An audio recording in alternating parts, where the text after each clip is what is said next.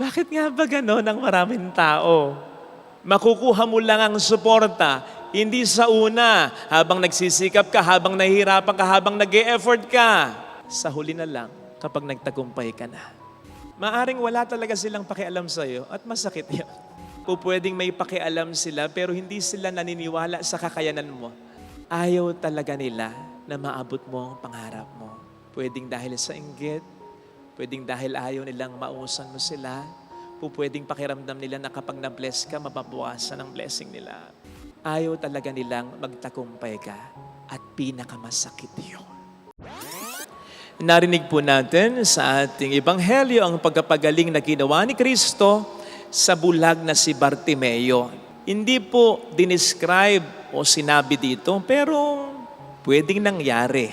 Imaginein po ninyo yung pagbabago sa aura, sa disposisyon ni Bartimeo. Pagkatapos siyang pagalingin ni Kristo, mula siguro sa pagiging gloomy, naging lively, very lively. Mula sa pagiging malungkot, naging masaya. Bakit nga? Mula sa kadiliman, nakakita siya ng liwanag. Mula sa pagkabulag, nakakita na siya ng mga kulay, ng mga hugis, ng mga kapwa-tao niya. Pero hindi po ito ang gusto kong pagnilayan natin, kundi yung aura ng mga tao sa paligid niya. Again, hindi rin po sinasabi ng tahasan, pero sigurado ko may nagbago.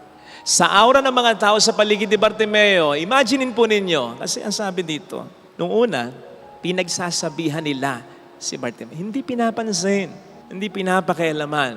Baka nga pinapagalitan pa nila si Bartimeo Pero nagbago ang kanilang tono nang ipatawag ni Kristo si Bartimeo. Tingnan po ninyo ang sabi nila, lakasan mo ang iyong loob, tumindig ka, pinatatawag ka niya. Mula sa pagiging discouraging, naging very encouraging. Mula marahil sa pagiging masungit, naging mabait. At mula marahil sa pagkunot ng uno, ano ba, Bartimeo? Tigilan mo nga kami, ang ingay-ingay mo. Nag-smile na ang mga ito. And it's all because nagtagumpay ang efforts ni Bartimeo. Again, imaginein po ninyo, kung hindi nagtagumpay ang efforts ni Bartimeo, kung hindi siya pinansin ni Kristo, kung hindi siya pinagaling ni Kristo, ano sa tingin niyo ang magiging aura pa rin ng mga tao? Magbabago? I don't think so. Palagay niyo, mas magiging encouraging sila? Palagay niyo, mag-smile sila? Palagay ninyo, babait sila sa pakikitungo sa Kanya? I don't think so. Malamang sa isipin pa nilang tama sila na si Bartimeo ay pinagalitan, pinagsabihan, nitsipwera nila. Malamang sa isipin pa nila, tama nga sila. Hindi nga gagaling si Bartimeo kahit ano pang pagsisigaw, pagsusumamo ang gawin nito. Buti na lang nagtagumpay ang effort ni Bartimeo. Pinansin siya ni Kristo, pinagaling siya ni Kristo.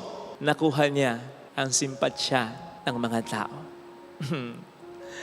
Bakit nga ba gano'n ang maraming tao? Makukuha mo lang ang suporta, hindi sa una, habang nagsisikap ka, habang nahihirapan ka, habang nag-e-effort ka. Sa huli na lang, kapag nagtagumpay ka na. Kailangan ba, or kailan ba, mas kailangan ng tao ang suporta kapag nagtagumpay na o habang nagsisimula pa lang, habang naghihirap pa? Hindi nga ba't mas sumihirap ang pagsisikap kung walang suporta na natatanggap? Hirap na si Bartimeo dahil bulag siya. But I believe mas nahirapan siya dahil hindi accommodating yung mga tao. Hindi supportive yung mga tao sa paligid niya. Anong nagawa ng mga tao sa paligid niya na sumuporta lamang ng pinagaling na siya? Bakit nga ba ang tao ganyan? Hindi mo makuhanan ng suporta. Siguro ito'y naranasan nyo kapag mayroon kayong mga pag-isikap, nag-put up kayo ng isang simple, maliit na negosyo o kaya nagsisimula kayo ng karir ninyo. Minsan pinopost nyo sa Facebook, wala man lang mag-like, wala man lang mag-comment. Galing naman, more power, go, go, go. Wala man lang tumawag sa'yo, okay ka ba? Kaya mo pa ba? Pero kapag tagumpay ka na, mararamdaman mo na sila. So bakit nga ba walang masyadong suporta. Hindi po natin alam ang eksaktong dahilan, pero palagay ko, isa lang sa tatlong ito. Una, maaring wala talaga silang pakialam sa iyo at masakit yun.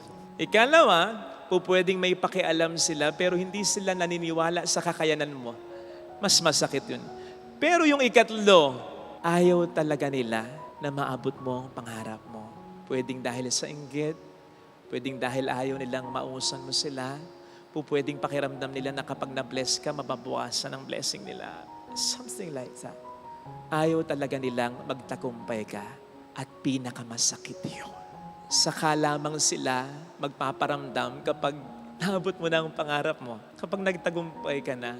At ang mas masakit pa, ipaparamdam nila na sa una pa lang may pakialam na sila, na sa una pa lang naniniwala na sila sa kakayanan mo, na sa una pa lang ginugusto na nila, pinagdarasal na nila ang tagumpay mo.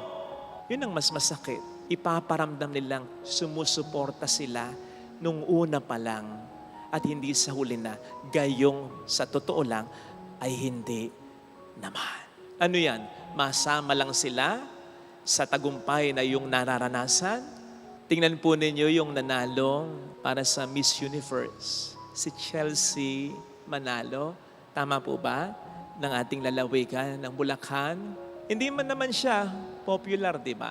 I mean, maraming nag-akala na hindi siya ang mananalo. At marami ang hindi nag-expect na siya talaga ang mananalo. So, sa palagay ko, marami ang wala talagang pakialam sa kanya noong una.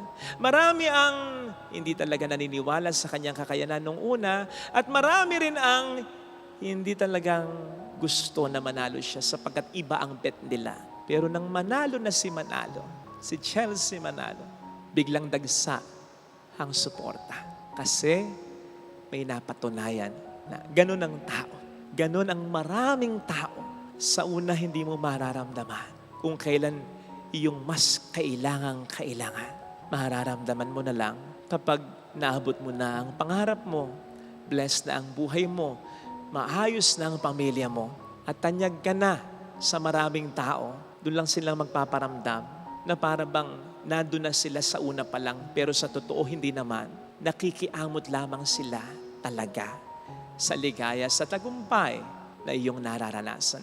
That is why, sana mga kapatid, tulad ni Bartimeo, sa pag-abot natin sa ating mga pangarap, sa ating pag-isikap, huwag tayo nga anda. Kapag may mga balakid na tao na walang pakialam sa atin, hindi naniniwala sa kakayanan natin, o hindi nagnanais na maabot natin ang pangarap natin. Tulad ni Bartimeo na nakaramdam ng ganun sa mga tao, ano ang kanyang ginawa? Mentras siyang pinagbabawalan, kinokontra, pinapagalitan. Mas lalo pa siyang nagsisigaw, Jesus! Pagalingin, mahawa ka sa akin. Ang una mong panaligan, bukod sa sarili mo, ang unang-una ay ang Diyos. Ang sarili mo, and then ang mga tao, kahit konti lang sila, ang mga taong naniniwala sa iyo. Pagsikapan mo sa tulong ng Diyos na abutin ang pangarap mo, hindi lamang para patunayang mali ang mga taong hindi naniwala sa iyo, kundi mas lalo na upang patunayan mong tama ang kahit konting tao lamang na naniwala at sumuporta sa iyo.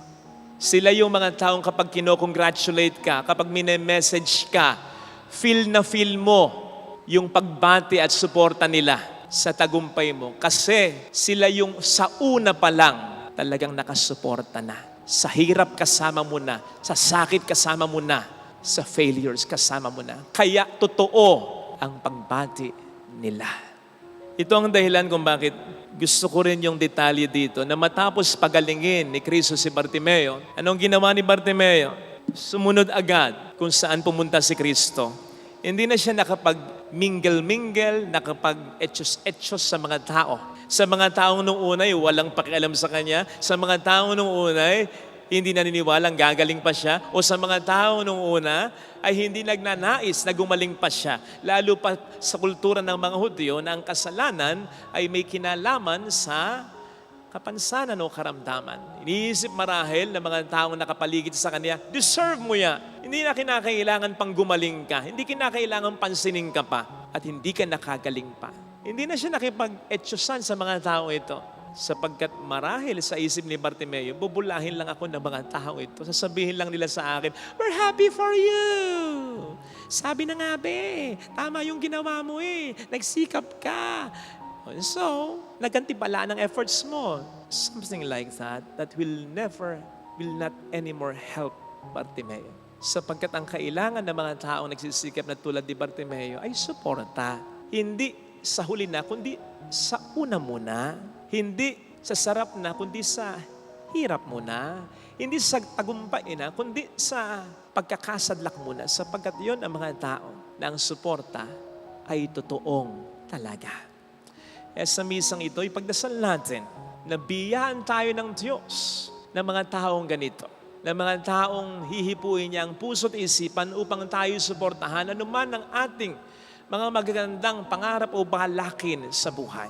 Sapagkat ito ang siyang mas magpapadali ng pag-abot sa ating mga pangarap kung mula sa mga taong totoo ay makakakuha tayo at makakatanggap ng suporta.